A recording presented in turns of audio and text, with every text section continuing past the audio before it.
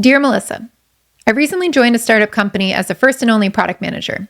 The CTO and tech leads believe that I am responsible for feeding the developers with work items.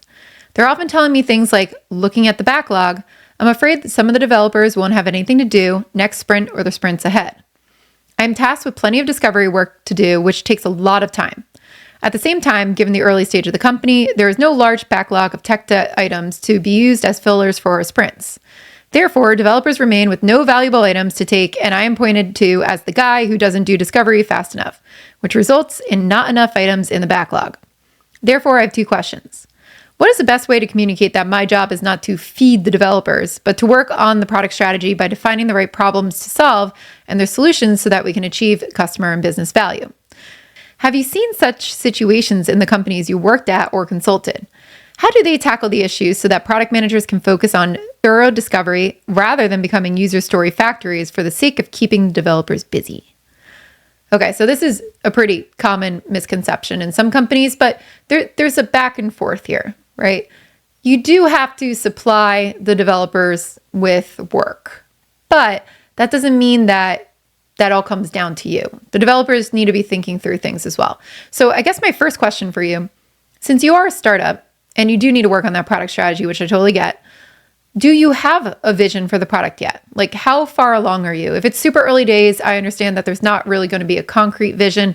But if you've got like some momentum, some customers, usually you're getting enough feedback requests, you're doing that discovery work you talked about, you can start to put together a good product vision and product strategy.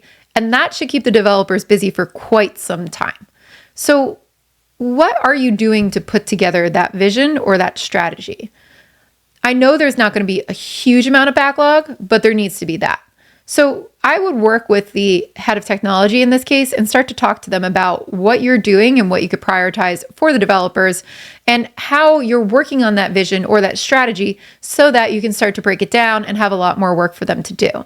In early days, it is hard. If there's not anything to work on, the developers will be kind of like twiddling their thumbs for a little bit because you kind of have to do that scoping. This also begs a question of, do you have too many developers for the stage you're at?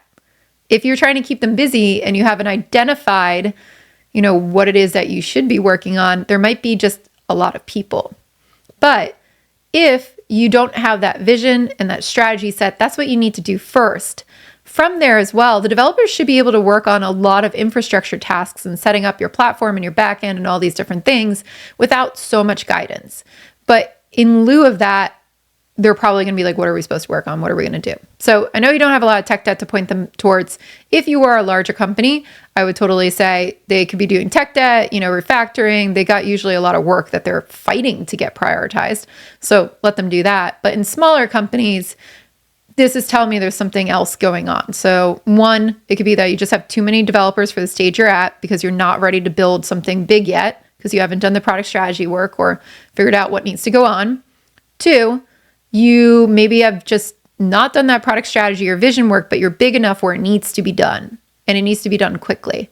So I would encourage you to do the discovery, do it well, but make sure that you're doing it in a timely manner and scoping out and communicating with the developers as much as possible so that they know what's coming.